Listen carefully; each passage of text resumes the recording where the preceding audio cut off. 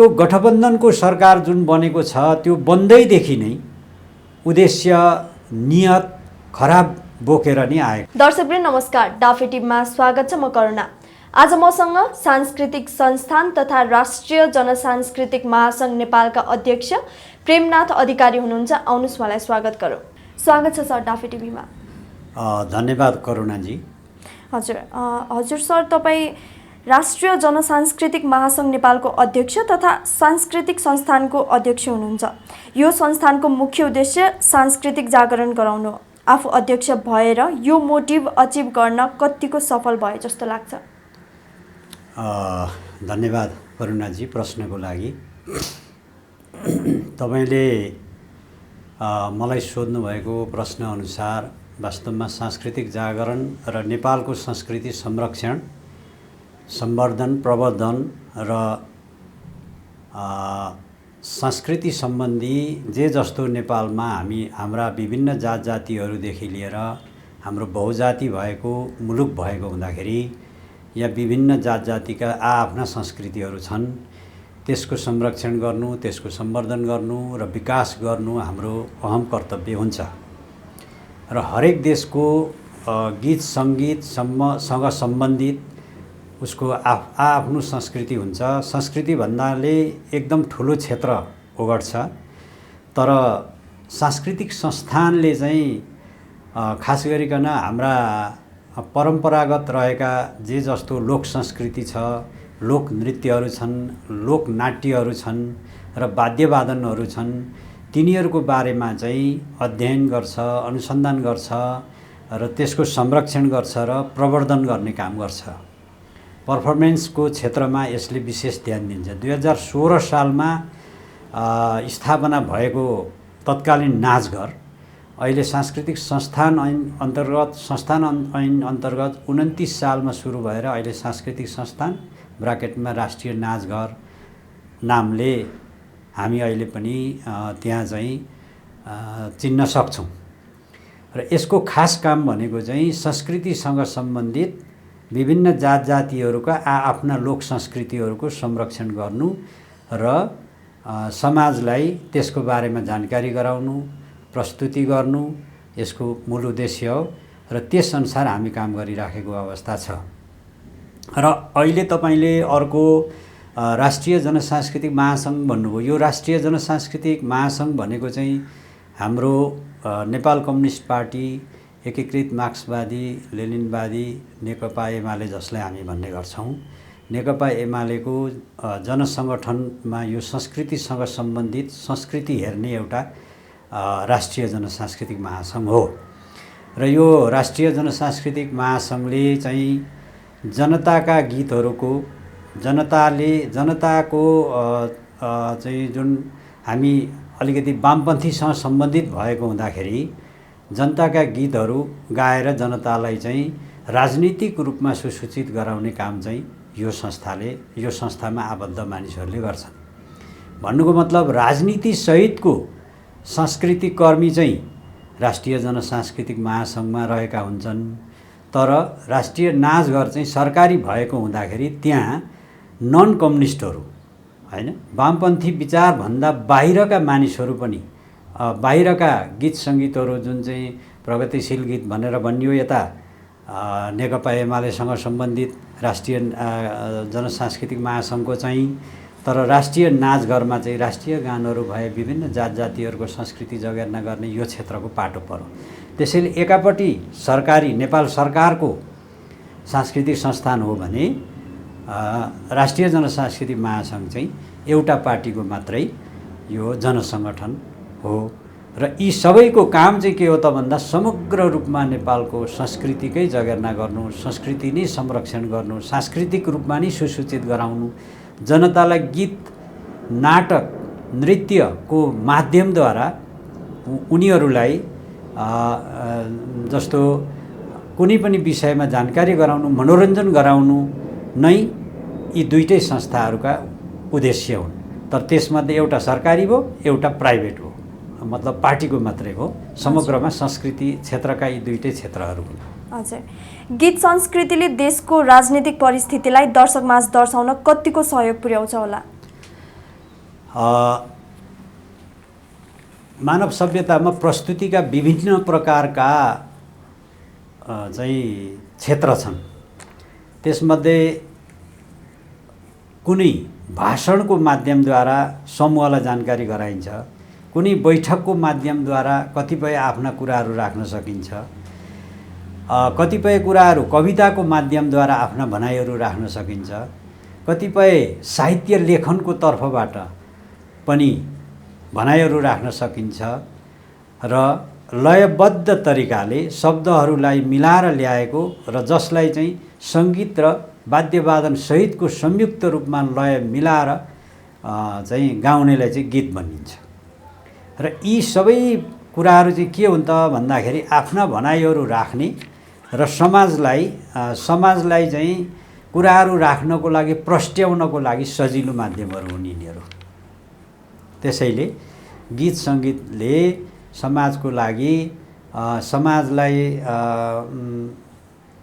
परिचय दिलाउने कुरामा, समाजमा भएका कुराहरू चाहिँ प्रष्ट बुझाउने कुरामा गीतको महत्त्वपूर्ण भूमिका रहेको हुन्छ।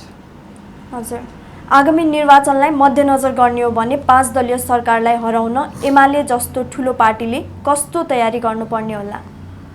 अहिले नेपालको राजनीतिमा एउटा यस्तो कुरा मडारिएर आएको छ करुणाजी, नेकपा एमालेको सरकारलाई नेपाली जनताले झन्डै 2/3 बहुमतको सरकार बनाउने अख्तियार दिएको थियो हैन। हामीले त्यसरी चुनाव जितेर आएका थियौँ।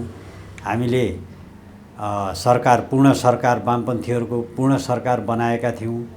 तर बीचमा भन्दा विदेशीले भन्ने चलन छ, तर विदेशीको आफ्नो ठाउँमा होला, जुनसुकै विदेशीले पनि कुनै पनि देशको बारेमा चासो लिनु स्वाभाविकै हो। तर विदेशीको नाम लिएर आफ्नै पार्टीभित्रका साथीहरूले, आफ्नै पार्टीभित्रका नेताहरूले, नेतृत्वले एउटा चाहिँ लोभी पापीको हिसाबले हाम्रो पार्टीको सरकारलाई चाहिँ गिराउने काम भएको छ र देश र जनताको हितको लागि, विकास निर्माणको लागि, राजनीतिक स्थिरताको लागि काम गरिरहेको, विकासलाई द्रुत गतिमा, तीव्र गतिमा विकासका गतिहरू अगाडि बढाइरहेको सरकारलाई नाजायज तरिकाबाट गिराउने काम गरियो र एउटा गठबन्धनको नाम लिएर विभिन्न प्रकारको विचार बोकेका पार्टीहरू मिलेर एउटा गठबन्धन बनाएर आफ्नो सिङ्गो पार्टीलाई फुटाएर हाम्रो सरकार गिराउने काम भयो। नेकपा एमालेको सरकारलाई चाहिँ हटाइयो र यो गठबन्धनको सरकार जुन बनेको छ त्यो बन्दैदेखि नै उद्देश्य नियत खराब बोकेर नै आएको। हुन त संसदमा सरकार बनाउने, सरकार गिर्ने, सरकार बनाउने यी प्रक्रियाहरू चल्ने नै हुन्। यो ठुलो कुरो भएन, संसदीय प्रक्रियामा चलिआउने नै कुरा हो।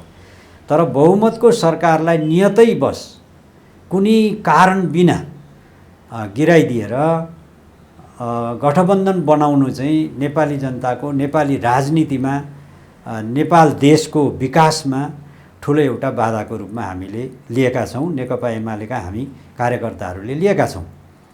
त्यसो भएको हुँदाखेरि नेकपा एमाले जस्तो एउटा चाहिँ जनआधार बोकेको, जनताहरूको चाहिँ एउटा माया प्रेम सद्भाव पाएको साङ्गठनिक रूपमा हामी मजबुतीका साथ स्थापित भएको पार्टीको लागि चुनाव त हामीले चाहेको हो।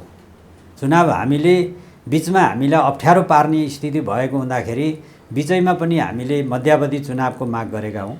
नेपाली जनताको चाहना पनि नेकपा एमालेलाई एकलौटी सरकार बनाउन दिने भन्ने चाहना थियो। त्यसअनुसार हामीले चुनावको घोषणा पनि गरेका थियौँ। तर परमादेशको आदेशबाट सर्वोच्चको चाहिँ काँधमा टेकेर जुन यो गठबन्धनको सरकार आयो, यसले हामीलाई चाहिँ अलिकति पछि पार्ने कुरामा, नेपाली जनतालाई केही दिग्भ्रमित गर्ने कुराहरूमा अगाडि बढेको त निश्चितै हो। तर अहिले पनि यी 5 दलहरू मिलेर गठबन्धन एकतिर रहने र नेकपा एमाले एक्लै एकतिर लड्दाखेरि कसरी नेकपा एमालेले चाहिँ बहुमत ल्याउन सक्ला भन्ने तपाईँको जहाँसम्म प्रश्न छ, यो विषयमा म तपाईँलाई एउटा ढुक्कका साथ के भन्न चाहन्छु भने हामीले देश र जनताको लागि धेरै राम्रा कामहरू गरेका छौँ भन्ने कुराको हामी दावाका साथ भन्न सक्छौँ। नेकपा एमाले सूर्य चिन्हबाट 9 महिने शासन पनि सम्पन्न गरेको छ 2051 सालमा। त्यति बेला हामीले गरेका कामहरू देखेर नेपाली जनताले लामो समय पछाडि हामीलाई बहुमत दिएका हुन् र 72 सालमा हामीले फेरि 9 महिने सरकार सञ्चालन गऱ्यौँ। त्यस बेला पनि हामीले देश र जनताको लागि हामीले चाहिँ त्यति बेला हाम्रो जुन भूपरिवेष्टित देशलाई चाहिँ अन्त्य गरेका थियौँ र त्यस पछाडिका अरू थुप्रै विकास निर्माणका कुराहरू हामीले सुरु गरेका थियौँ र ती अधुरा कामहरू देखेर नेपाली जनताले हामीलाई फेरि बहुमतको लागि चाहिँ मत दिएको थियो र जब हामी सरकारमा पुग्यौँ, सरकारमा गइसकिसके पछाडि हामीले गरेका जुन विकास निर्माणका कामहरू यो 3 वर्षमा त्यो सबै कुरा जनजनमा मनमनमा भएको हुँदाखेरि हामी निर्ढुक्कका साथ एक्लै चुनाव लड्ने हाम्रो पार्टीले निर्णय गरेको छ।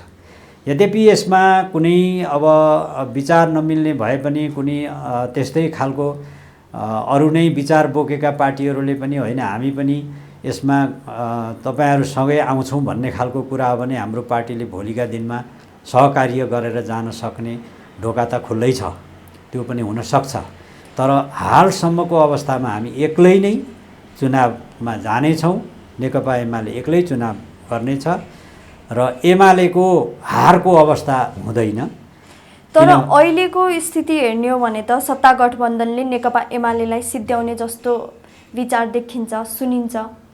उहाँहरूले त्यो चाहिँ नेकपा एमालेलाई सिद्ध्याउनकै लागि तयार गरिएको 5 दलीय गठबन्धन थियो। त्यसको लागि आफूले मात्रै नसकेर सर्वोच्च अदालत सहित गुहारेर उहाँहरूले नेकपा एमालेलाई सिद्ध्याउने खेल त पहिले नै गरेको हो। 1.5 वर्ष अगाडि नै उहाँहरूले गरेकै हो। त्यो विषयमा नेपाली जनताले अमिलो महसुस गर्नुभएको छ र हामीलाई कति बेला भोट दिने भनेर उहाँहरू चाहिँ पर्खेर बस्नुभएको हो। एउटा राम्रो कुरा के छ भने निर्वाचन आयोगलाई म तपाईको यो डाँफे अनलाइन मार्फतै म धन्यवाद दिन चाहन्छु, किनभने समयमै चुनाव घोषणा गरिएको छ। हामी जो नेकपा एमालेका कार्यकर्ता छौँ, नेकपा एमालेको नेतृत्व सम्हालेर हामी बसिरहेका छौँ। हाम्रो त चाहना चुनावै हो र यदि समयमा हुँदैन कि भन्ने हामीलाई चाहिँ दुविधा थियो, त्यो दुविधा पनि अन्त्य भएको छ। निर्वाचन आयोगलाई म धेरै धेरै धन्यवाद दिन्छु। भोट जित्ने कुरामा हामीलाई सङ्कोच छैन। त्यसो भए तपाईहरुलाई जुन स्थानीय तहको निर्वाचन भयो त्यसको परिणामले कति पनि असर गरेको छैन? स्थानीय चुनाव र यो सङ्घ प्रदेशको चुनावमा अलिकति फरक चाहिँ हुन्छ। स्थानीय चुनावमा कतिपय कस्तो हुन्छ भने जस्तो सूर्य चिन्हमा कति मत आयो भन्ने कुराको काउन्ट गर्ने कुरामा पनि त्यहाँ केही अप्ठ्याराहरू छन्। 7वटा सूर्यमा छाप लगाउनु पर्नेमा 7वटा सूर्यमा नलगाएर कुनै 2टामा लगाएको छ, कुनै एउटामा लगाएको छ।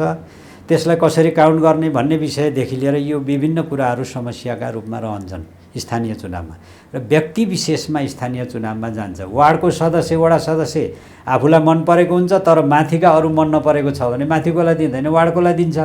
तर त्यो मत त के हो त भन्दाखेरि नेकपा एमालेकै मत हुन्छ। त्यसो भएको हुँदाखेरि प्रदेश र सङ्घको जुन चुनाव छ यसमा हामीले अघिल्लो चुनावमा लगभग 32 लाख जति मत हामीले प्राप्त गरेका हौँ र स्थानीय चुनावमा हाम्रो चाहिँ त्यो मत बढेर एक प्रकार 35 लाख भन्दा बेसी हामीले मत प्राप्त गरेका छौँ। अब हाम्रो श्रद्धेय अध्यक्ष कर्ण केपी शर्मा ओलीज्यूले हामीलाई 50 लाख मत उपलब्ध गराइदिनुहोस् भनेर भन्नुभएको छ आजभन्दा 1.5 वर्ष अगाडि मध्यावधि चुनावमा जाँदाखेरि।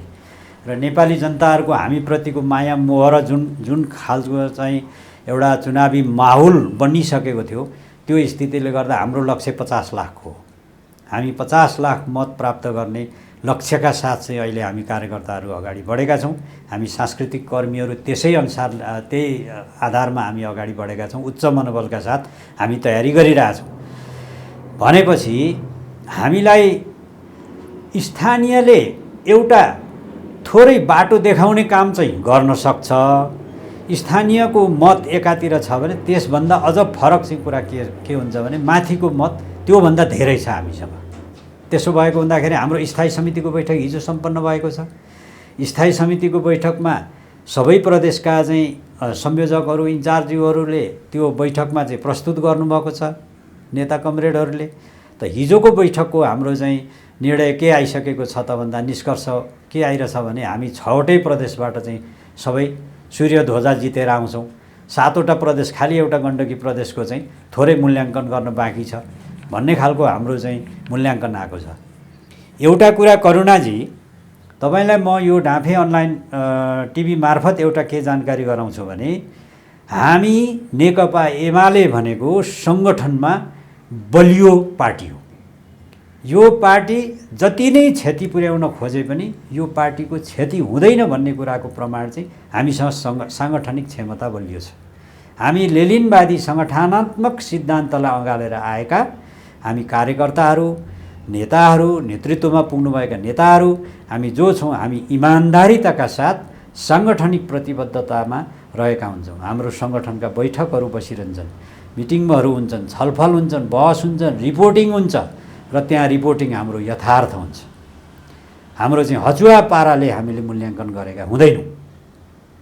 त्यसर्थ हामी ढुक्क छौँ। 50 लाख मत आउँछ। हाम्रो लक्ष्य 50 लाखको छ। हजुर। राष्ट्रपतिलाई राजीनामा दिन बाध्य पार्ने सत्ता गठबन्धनको व्यवहारलाई कसरी बुझ्नु भएको छ तपाईँले? राष्ट्रपतिलाई राजीनामा दिने सत्ता गठबन्धनले जुन चाहिँ अहिले कुरा ल्याइराखेको छ, उहाँहरूले राष्ट्रपतिलाई हटाउने, राजीनामा दिलाउने, प्रधान न्यायाधीशलाई हटाउने, महाअभियोग लगाउने यस्ता काम त उहाँहरूका दैनिकी नै हुन् नि। यो त उहाँहरूले गरिरहने नै हो नि। आफ्नो इच्छा, आफ्नो अभिष्टता पुरा गर्नको लागि उहाँहरूले जे लेखेर पठाए त्यसको बारेमा एकचोटि त तपाईँहरूले कमसेकम पुनः छलफल गर्नुहोस् भनेर संविधानमा लेखिएको कुरा अनुसार राष्ट्रपतिले संवैधानिक काम गर्नुभएको न हो। संवैधानिक काम गर्नुभएको छ। उहाँले हेर्नुभयो, हेर्दाखेरि चित्त नबुझ्नुभयो, राष्ट्रको हितमा देख्नु भएन। राष्ट्रको हितमा नदेखिसकेपछि सम्माननीय राष्ट्रपतिज्यूले यो केही कुराहरू यहाँ अस्पष्ट भयो, कमसेकम पुरा गरेर पठाउनुहोस् भनेर फिर्ता गर्ने त त्यो नियममै छ, संविधानमै उल्लेखित कुरा हो। सो अनुसार उहाँले गर्नुभएको। अब त्यति गर्दैमा सरकारलाई त्यत्रो धुवा छुटेर उहाँलाई चाहिँ राजीनामै दिनुपर्छ भन्ने सम्मको टुङ्गामा पुग्नुपर्ने त कुनै कारण छैन। त्यसैले उहाँहरूले चाहने हो भने उहाँहरूको चाहना अनुसार भएन भने त सबै क्षेत्र भत्ताभङ्ग पार्ने नै योजनामा लाग्नु हुने रहेछ भन्ने कुरा त यहाँबाट पनि प्रष्ट हुन्छ। किनभने संवैधानिक रूपमा लेखिएको कुरा, चित्त नबुझेको कुरा सोध्ने अधिकार छ, सोध्न त पाइन्छ। यो त बहुदलीय व्यवस्थामा, लोकतन्त्रमा चित्त नबुझेको कुरा राख्ने कुरा त्यो त पाइन्छ। त सोही अनुसार राष्ट्रपति, सम्माननीय राष्ट्रपतिज्यूले विधेयकलाई फिर्ता पठाइदिनु भयो। यहाँ चाहिँ अस्पष्ट भयो, यो राष्ट्रको हितमा देखिएन, यहाँ कतिपय कुरा सच्याउनु पर्ने देखिए। त्यसो भएको हुँदा यसलाई चाहिँ यसको बारेमा बहस छलफल होस् पुनः भनेर पठाउने कुरा त सरकारमा पठाउने कुरा त ठुलो कुरो भएन, संसदमा पठाउने कुरा। तर उहाँहरूले संसदमा कति छलफल गर्नुभयो र पुनः त्यसलाई अगाडि कसरी लाँदै हुनुहुन्छ भन्ने कुरा चाहिँ उहाँहरूको कुरा हो। त्यसैले राजीनामा माग्ने कुराले उहाँहरूलाई राम्रो गर्दैन, 5 दलीय गठबन्धनलाई उल्टै घाटा हुन्छ भन्ने मलाई लाग्छ। हजुर। अब यो राजीनामाको विरोधमा तपाईँहरूको पार्टीले चाहिँ कस्तो योजना बनाउँदैछ? किनकि राष्ट्रपति तपाईँहरूकै पार्टीको हो, त्यस अर्थमा पनि तपाईँले राष्ट्रपति, सम्माननीय राष्ट्रपतिज्यू हाम्रो पार्टीको हो भन्नुभयो, त्यसको लागि तपाईँलाई धन्यवाद पनि छ। उहाँले राष्ट्रपति हुनुभन्दा पहिला संसदमा माननीय हुनुपर्छ, त्यस पछाडि राष्ट्रपति भइसकिसकेपछि राजीनामा दिनुपर्छ। त्यो हाम्रो संविधानमा उल्लेखित नै कुरा हो, त्यो के अरे समसामयिक नै विषय हो। तर अब अहिले उहाँ हाम्रो पार्टीको हुनुहुन्न, उहाँ चाहिँ के छ भनेदेखि नेपाली जनता जस्तै हुनुहुन्छ। हाम्रो पार्टीबाट निर्वाचित भएर राष्ट्रपति भएको कुरा सत्य नै हो। तर त्यो हाम्रो पार्टीबाट निर्वाचित भएर जानुभएको त्यसर्थ त्यो नागरिकता विधेयक उहाँले फिर्ता गर्नुभएको भन्ने कुरा चाहिँ होइन। उहाँले नेकपा एमालेको हित विपरीत छ यो, त्यसो भएको हुँदा नेकपा एमालेको हितको लागि पनि मैले फिर्ता गरिदिएको भनेर चाहिँ फिर्ता गरिएको होइन। उहाँले वास्तवमा राष्ट्रको हितमा छैन यो, त्यसो भएको हुँदा पुनः छलफल गर्न भनेर फिर्ता गरेको हो भन्ने मलाई लाग्छ। त्यसैले नागरिकता विधेयक फिर्ता गर्ने कुरामा यो गठबन्धनको सरकारले गर्न खोजेको अपराधको लागि सम्माननीय राष्ट्रपतिज्यूले जे काम गरिदिनु भयो त्यसको लागि हाम्रो पार्टीको तर्फबाट, नेकपा एमालेको तर्फबाट उहाँलाई धेरै धेरै धन्यवाद हामी दिन चाहन्छौँ। त्यसमा आएका जुन विवादास्पद विषयहरू छन्, ती कुराहरू छन्, त्यसलाई भोलि पनि पर्गेल्न सकिन्छ, मिलाउन सकिन्छ। भलै त्यो फिर्ता गर्ने कुरामा, भलै नागरिकता विधेयकमा सबै नराम्रा छन् राम्रा छन् भन्ने विषय होइन। त्यसमा सच्याउने कुरा र बनाउने कुरा राष्ट्रपतिज्यूले जुन भन्नुभएको छ त्यो विषयमा पुनः छलफलै नभइकन जान्छ भनिसकेपछि चाहिँ त्यो चाहिँ सबभन्दा खतरनाक कुरा चाहिँ त्यो हुन्छ भन्ने हामीलाई हाम्रो ठहर छ। त्यसैले नेकपा एमाले फिर्ता गर्ने संस्था सम्माननीय राष्ट्रपतिज्यूको संस्थालाई पनि धन्यवाद दिएको छ र अब पुनः अहिले चाहिँ गठबन्धनले त्यसलाई चाहिँ लागू गर्ने कुरामा पुनः लागेको कुरामा चाहिँ अलिकति दुःख पनि हामीलाई लागेको छ। प्रचण्डले आजको प्रेस मिटमा नागरिकता विधेयक गलत व्याख्या गरिएको छ भनेर भनेका छन्। साँच्चै अपव्याख्या गरिएको हो त यो? धन्यवाद करुणाजी। नेपालमा नागरिकता सम्बन्धी नेपालमै जन्मिएका नागरिकहरूले पनि नागरिकता पाउने कुरामा केही समस्याहरू चाहिँ नभएका होइनन्, छन्। विशेष गरेर हाम्रो तराई भेगमा यो समस्याहरू रहेको छ। यो अहिलेको मात्रै होइन, विगत लामै समयदेखि छ। नेपालमै जन्मिएका मानिसहरूले पनि नागरिकता पाउने कुरामा सानातिना समस्याहरूले गर्दा रोकिएको कुरा चाहिँ सत्य हो। हाम्रो तराईको जुन बोर्डर छ, सिमाना छ, देशको सिमाना, त्यो देशको सिमाना खुल्ला भएको हुँदाखेरि अर्को राष्ट्रबाट अथवा छिमेकी राष्ट्र भारतबाट हाम्रोमा नेपालको नागरिकता बनाउनको लागि मानिसहरूको सङ्ख्या आउने कुरा छ। त्यसले गर्दा हामीलाई केही शङ्कास्पद व्यक्तिहरूलाई नागरिकता दिने कुरामा समस्या भएकै हो। यो अहिलेको मात्रै समस्या होइन, यो धेरै पहिलेदेखि छ। त ती त्रुटिहरूलाई हामीले व्यवस्थित तरिकाले मिलाएर लाने कुरामा चाहिँ नसकेको कुरा सत्य नै हो। तर अहिले पछिल्लो जुन यो विधेयक आइरहेछ, यो विधेयक आउने कुरामा एक दुईवटा कुराहरू अलिक खतरनाक भएर आएका छन्, अलिक डरमर्दो छ। त्यसैले सम्भवतः सम्माननीय राष्ट्रपतिज्यूले त्यो चाहिँ उहाँको विवेकले यहाँ केही अप्ठ्यारो हुनसक्छ भनेर फिर्ता पठाएको हुनसक्छ भन्ने लाग्छ मलाई। त्यो अप्ठ्यारो हामीले हेर्दाखेरि के देखिराखेका छौँ त भन्दाखेरि नेपालको नागरिकले विदेशीलाई बिहे गरेर ल्याउने बित्तिकै नागरिकता दिने विषय नै अहिलेको सबभन्दा ठुलो विवादास्पद विषय त्यो हो भन्ने लाग्छ मलाई। त्योदेखि बाहेक यदि अरू पनि केही होलान्, तर अहिलेको प्रमुख चाहिँ हाम्रो हेराइ चाहिँ अलिकति गलत त्यहाँनिर छ भन्ने कुरा। सबै देशमा के हुन्छ भने कुनै पनि देशको नागरिकता प्राप्त गर्नको लागि त्यो देशको एउटा निश्चित अवधि चाहिँ पार गर्नुपर्छ। जस्तो अमेरिकाको नागरिकता प्राप्त गर्नु पर्यो भने कति वर्ष त हैन, कति वर्षसम्ममा नागरिकता पाउने? 2 वर्ष, 3 वर्ष, 5 वर्ष हैन। त्यही भारतमै पनि नेपालीले गरेर नागरिकता लिनु पर्यो भनेदेखि भारतमा कति वर्ष लाग्छ त? 5 वर्ष, 7 वर्ष, कोही नियम त छ 7 वर्ष छ। त भारतमा 7 वर्ष छ। बेलायतमा फरक खालको छ। जापानमा विदेशीले नागरिकता पाउने कुरामा अझ धेरै गाह्रो छ। सबै राष्ट्रको आफ्नो खालको चलन छ। तर हाम्रोमा चाहिँ के भइदियो त भन्दाखेरि कुनै त्यो एउटा समय पनि नराखिकन बिहे गरेर ल्याउँदै बुहारीलाई चाहिँ नागरिकता दिने भनिसकेपछि त हाम्रो जस्तो जमिनको हिसाबले पनि हामी सानो, अनि चाहिँ यस्तो राष्ट्रमा यति ठुलो जनसङ्ख्या भएको छिमेकी राष्ट्रबाट विशेष गरेर भारतलाई मात्रै फोकस नगरौँ, भोलि तेस्रो मुलुकका मानिसहरू पनि यहाँ नागरिकता पाउन सजिलो छ भन्ने हिसाबले चाहिँ यहाँ सजिलै नागरिकता बुहारीलाई दिने हो भनेदेखि त हाम्रो जनसङ्ख्या त कहाँ से कहाँ पुग्छ र यो यस्तो खुकुलो गर्नु हुँदैन हैन। त्यसको एउटा समय बेसिस राख्न सकिन्छ। बिहे गरेर ल्याएको यति समय हुनसक्छ, यति समय पछाडि दिउँ भनेर त्यस्ता केही आधारहरू त्यसमा पनि फेरि के हुनसक्छ त भन्दाखेरि हामी आउँदै बेहुली लिएर चाहिँ भित्र्याउँदै चाहिँ नागरिकता ठ्याक्कै स्थायी नागरिकता दिँदैछौँ त त्यसमा पनि त विभिन्न प्रावधान छन् नि त। ग्रिन कार्ड भन्छ पहिला, त्यस पछाडि नागरिक दिन्छ, त्यस पछाडि काहीँ अब इन्डियामा पहिले रासन कार्ड दिन्छ होला, अनि त्यस पछाडि नागरिकता दिन्छ। हो त्यस्ता केही प्रावधानहरू राख्नुपर्ने त्यो पनि छैन।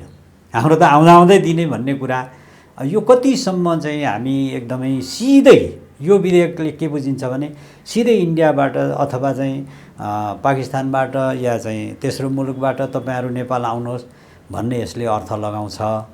त्यसैले यो विषयमा अलिकति बहस छलफल होस् भन्ने खालको कुरा हो। अब कमरेड प्रचण्डले के भन्नुभयो भन्ने कुरा उहाँको त कस्तो हुन्छ भने 5 दलीय गठबन्धनले त अहिले नेपालमा त जे गर्दा पनि उहाँहरूले त भइहाल्छ, हामीले देखिहाल्यौँ। 5 दलीय गठबन्धनको सरकारले अर्थमन्त्रीज्यूले चाहिँ मन्त्रालयभित्र चाहिँ एउटा गैर कर्मचारीलाई लिएर देशको सिङ्गो अर्थतन्त्रै साफ बनाउँदाखेरि पनि 5 दलीय गठबन्धनलाई सित्तलै छ। अनि के कारण छ बिना कारणै बिना सर्वोच्च अदालतका चाहिँ न्यायाधीशलाई लगेर के अरे महाभियोग लगाउने भनेर राखिएको छ, त्यसको न टुङ्गो लागेको छ न केही छ। त उहाँहरूलाई जे लाग्छ त्यही पनि गर्न मिल्छ। त्यसैले उहाँले यो हाइलाइट गरियो, यसलाई चाहिँ तिललाई पहाड बनाइयो भनेर उहाँले प्रेस मिट गर्ने कुरा उहाँहरूको आफ्नो कुरा हो। तर सत्य कुरा के हो भने त्यहाँ भएको त्रुटि यो भविष्यमा हामी नेपालीको लागि घातक छ। यो विषयमा तपाईँ हामी सबैले बुझ्नुपर्छ।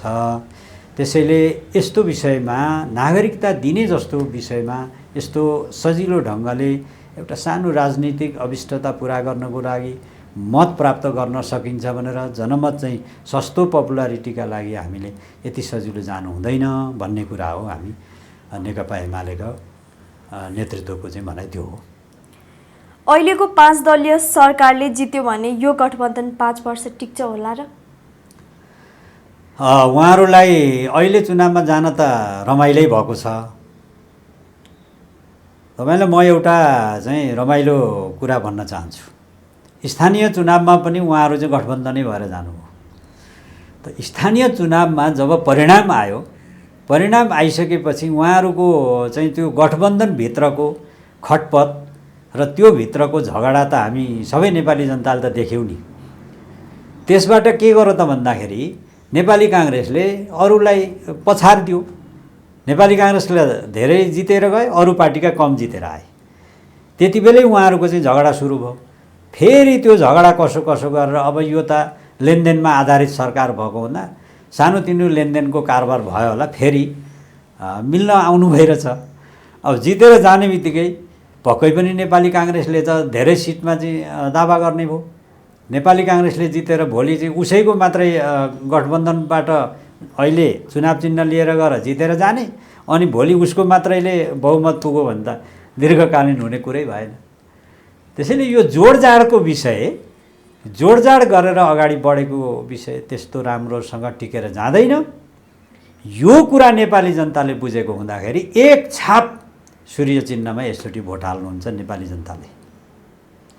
रवि लामिछाने, सागर ढकाल जस्ता व्यक्तिहरू स्वतन्त्र रूपमा राजनीतिमा प्रवेश गर्न जाँदैछन्। यस्ता स्वतन्त्र उम्मेदवारहरूले ठुला दल, तपाईँको दल जस्तोलाई कस्तो खालको धक्का पुग्ला? स्वतन्त्र उम्मेदवारहरूले धक्कै नदिने भन्ने विषयमा त अलिकति जान सकिँदैन। केही न केही स्वतन्त्र उम्मेदवारहरूले व्यक्तिगत प्रभावको आधारमा मतहरू त ल्याउन सक्नुहुन्छ। जस्तो स्थानीय चुनावमा पनि हामीलाई अलिअलि धक्का लाग्यो। जस्तो 2-3 ठाउँमा चाहिँ 3 ठाउँमा स्वतन्त्र उम्मेदवारले मेयरै जित्नुभयो। नजित्ने होइन, जितिन्छ। तर लोकतन्त्रमा बहुदलीय व्यवस्था भएको मुलुकमा स्वतन्त्रले पनि पाउने अधिकार त छ, संविधानमै उल्लेखित चिजहरू हो। तर त्यो निकासको विषय हुँदैन, त्यो नेपाली जनताले बुझेको हुन्छ। मत नेपाली जनताले मन पराएर व्यक्तिलाई दिने कुराको उहाँहरूको मताधिकारको कुरा हो, दिन सक्नुहुन्छ, पाउनु पनि हुन्छ। तर त्यसले हामीलाई असर कसरी गर्दैन भने करुणाजी, भर्खर नयाँ आएका पार्टीहरूको हामीले देख्यौँ। नेपालमा धेरै पार्टीहरू भएका थिए, अन्तिममा नेपाली जनताले विशेषतः 5-6वटा पार्टीले मात्रै चाहिँ कायम गरिदिनु भयो। नेपाली जनताको मतले त त्यसरी कायम भएको छ। त्यो कारण के हो त भन्दाखेरि साङ्गठनिक रूपमा जुन पार्टी मजबुत छ त्यो पार्टी नै के हुन्छ भनेदेखि जनतामा सदाबहार हुन्छ र सधैँ स्थापित भएर जान्छ। त्यसैले हाम्रो सबैभन्दा ठुलो आधार के हो त भन्दाखेरि इमानदारिताका साथ बनाइएको सङ्गठन हो। नेकपा एमालेको साङ्गठनिक संरचना अत्यन्त बलियो भएको हुँदाखेरि केही मान्छेलाई अलिअलि कति बेला झोक चल्नु, रिस उठ्नु, अनि त्यो पार्टी छोडेर जानु, अनि फेरि फर्केर आउनु, यस्तो हुन्छ। लोकतन्त्रमा केही मत मिलेन भने फरक मत राख्न पाइन्छ। त्यसैले स्वतन्त्र उम्मेदवारहरू उठ्दाखेरि स्वतन्त्र उम्मेदवारहरूले अलिअलि मत लाने कुरा अलग हो। तर हाम्रो साङ्गठनिक प्रतिबद्धताका साथ जो नेकपा एमालेलाई समर्थन गरेर लाग्नुभएका कार्यकर्ता, भोटर्स, त्यस्तै गरेर सामान्य जनताहरू जे जस्तो हुनुहुन्छ, उहाँहरूले नेकपा एमालेलाई बिर्सनुहुन्न। त्यसो भएको हुँदाखेरि स्वतन्त्र उम्मेदवारबाट हामीलाई क्षति पुग्छ भन्ने बारेमा चाहिँ त्यस्तो ठुलो क्षति पुग्छ भन्ने कुरामा म विश्वस्त छैन। किनभने हाम्रो साङ्गठनिक मजबुतता, हाम्रो इमानदारिता, हैन, प्लस हामीलाई विश्वास गरेर नेपाली जनताले जे सोच्नु भइरहेछ र हामीले सरकारमा गएका बेला गरेका कामहरूको जुन अन्तरआत्मादेखि मूल्याङ्कन गर्नुभएको छ, त्यो नै हाम्रो सबैभन्दा ठुलो सम्पत्ति हो करुणाजी। र यो यति गम्भीर, यति ठुलो सम्पत्ति छ यो हाम्रो, हैन, नेकपा एमालेको यति ठुलो सम्पत्ति छ। नेकपा एमालेले यति धेरै माया गर्नु भइरहेछ। यही मायाले यो देशमा नेकपा एमाले अबका दिनहरूमा यो चुनावमा त बहुमत नआउने म त कहीँ देख्दिनँ, तर अबको लामो समयसम्म नेकपा एमाले बहुमत ल्याउँछ भन्ने मलाई लाग्छ। अबको निर्वाचनका लागि तपाईँको पार्टीले कस्तो खालको तयारी गर्दैछ? हामी अब घोषणापत्र बनाउने तयारीमा छौँ। अहिले हामी यो आगामी निर्वाचनको लागि उम्मेदवारी चयनको लागि जुन प्रक्रियाहरू छन्, हैन, सबै सङ्गठनहरूको बैठक बस्ने, कस्तो को उम्मेदवार बनाउने, त्यो सिफारिस लिने कुरा, जिल्लाबाट सिफारिस लिने कुरा, जनसङ्गठनहरूका विभिन्न जनसङ्गठनका बैठक बस्ने कुरा, यो अहिले चलिराखेको छ हाम्रो। त्यसो भएको हुँदा अब हामी घोषणापत्र निर्माण गर्छौँ। घोषणापत्र बनाइसके पछाडि त्यस पछाडि हाम्रो सबै कुराहरू अगाडि आउँछ। सम्भवतः यो महिनाभरिमा ती कुराहरू व्यवस्थापन हुँदै जान्छन्। अब आगामी दिनको राजनीतिक अवस्था कस्तो होला? आगामी दिनको नेपालको राजनीति कस्तो छ भने अब अहिले त नेपालमा चाहिँ एकलौटी बहुमतको सरकार ल्याउने कुरामा हाम्रो संवैधानिक कारणले पनि, केही संवैधानिक समस्याका कारणले पनि त्यति सजिलो विषय चाहिँ नेपालमा एकलौटी बहुमतको सरकार आउने कुरा अलिक जटिलै छ। तर त्यो जटिलताका साथ, त्यो जटिलता बुझेर पनि नेपाली जनताले अब मनमा के बुझ्नु भइरहेछ भनेदेखि अब नेकपा एमालेको सरकार नबनेसम्म, नेकपा एमालेलाई बहुमत नदिएसम्म, सम्भवतः 2/3 बहुमतसम्म दिन सकियो भने संविधानमा भएका केही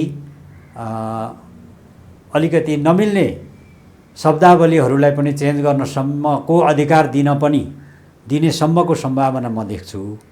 संविधानका केही नमिलेका कुराहरू मिलाउन पाइन्छ त्यसो गर्दा, अथवा त्योसम्म भएन भने पनि हामी बहुमतको सरकार बनाउनेछौँ। र बहुमतको सरकार बनाइसकेपछि योभन्दा अगाडि नेकपा एमालेले जुन क्षति बिहोरो, हामीले गठबन्धनको सरकार बनाउँदाखेरि नेकपा एमालेको एकलौटी सरकार बनेका बेला जुन क्षति हामीले बिहोर गऱ्यौँ, त्यो क्षति चाहिँ अबका दिनमा हुन्छ भन्ने विषयमा म विश्वस्त छैन। किन छैन भने हामी एक्लै चुनाव लडेर जाँदा र अहिले नेकपा एमालेमा जे जति हामी बसेका छौँ, यी चाहिँ इमान्दारिताका भित्र रहेको एउटा पङ्क्ति छ भन्ने मेरो विश्वास छ। त्यसो भएर हिजो जे जस्तो कमजोरी भयो, हाम्रै पार्टीको नेताहरूले जे जस्तो कमजोरी गर्नुभएको छ, चोइटेर जाने साथीहरूको त कुरा नगरौँ, तर हाम्रो पार्टीभित्र पनि आन्तरिक छलफल चाहिँ हाम्रो पार्टीमा हुन्छ, बहस हुन्छ, छलफल हुन्छ, गम्भीरतापूर्वक हामी चाहिँ छलफलमा उत्रन्छौँ। तर स्थिरताको लागि आउँदा दिनहरूमा नेकपा एमाले कुनै पनि त्रुटि गर्ने छैन। हामी त्यो त्रुटि नगर्ने कुरामा कहाँसम्म जानेछौँ त भन्दाखेरि एउटा लामो इतिहास बोकेका हैन नेताहरू, नेतृत्वमा आउनुभएका नेताहरू, पाको चाहिँ उमेरका नेताहरू, त्यस पछाडि चाहिँ युवा नेताहरू जो प्रतिबद्ध नेताहरू हुनुहुन्छ, जसले चाहिँ लेनिनवादी सङ्गठनात्मक सिद्धान्त बोकेर आउनुभएको छ, इमान्दारिता बोकेर आउनुभएको छ, देश र जनताको लागि र नीति निर्माण गर्ने कुरामा, देशलाई अगाडि बढाउने कुरामा, नीति निर्माण गर्ने कुरामा पनि अग्रिम पङ्क्तिमा रहेर इमान्दारिताका साथ चाहिँ बनाउन जो सक्षम साथीहरू हुनुहुन्छ, उहाँहरूलाई मात्रै चाहिँ उम्मेदवारी दिने काम गर्छ केन्द्रीय कमिटीले, नेकपा एमाले भन्ने मलाई लाग्छ। त्यसो भएको हुँदा आगामी 5 वर्ष यो देशको स्थिर सरकार नेकपा एमालेको हुनेछ भन्ने कुरा म विश्वस्त छु। हस् त, आफ्नो महत्त्वपूर्ण समय र विचारका लागि धेरै धेरै धन्यवाद। धन्यवाद करुणाजी। यो डाँफे अनलाइनको आफ्नो व्यस्ततालाई चिरेर तपाईँले मलाई केही समय दिनुभयो, धेरै आभारी छु, धेरै धेरै धन्यवाद दिन चाहन्छु। र अन्त्यमा नेकपा एमालेको जुन चुनाव चिन्ह सूर्य चिन्ह छ, त्यो सूर्य चिन्हमा समानुपातिक र प्रत्यक्षतर्फ उमेर उठेका जो उम्मेदवारहरू हुनुहुन्छ, उहाँहरूलाई नेपाली जनताले आगामी मङ्सिर 4 गते हुने चुनावमा अत्यधिक बहुमतले जिताउनु हुनेछ र इमान्दारिताका साथ हामीले जित्नेछौँ भन्ने विषयमा म विश्वस्त छु। आदरणीय नेपाली जनताहरूसँग पनि म त्यो आग्रह गर्न चाहन्छु। र सिङ्गो म सांस्कृतिक कर्मीको तर्फबाट सांस्कृतिक क्षेत्रको एउटा नेतृत्व गरिरहेको अध्यक्षको नाताले पनि सिङ्गो सांस्कृतिक क्षेत्रका सबै कर्मठ साथीहरूलाई पनि नेकपा एमालेको कार्यनीति रणनीतिलाई अँगालेर हिँडिरहेका आदरणीय हाम्रा कार्यकर्ता साथीहरू, नेतागण साथीहरू, उहाँहरू सबैलाई सूर्य चिन्ह को लागि नेकपा एमालेलाई जिताउनको लागि तपाईँकै अनलाइन टेलिभिजन मार्फत आग्रह गर्न चाहन्छु। धन्यवाद, नमस्कार। यदि तपाईँहरूलाई हाम्रो कन्टेन्ट मन पर्यो भने लाइक, सेयर, सब्स्क्राइब गर्न नबिर्सिनुहोला। धन्यवाद।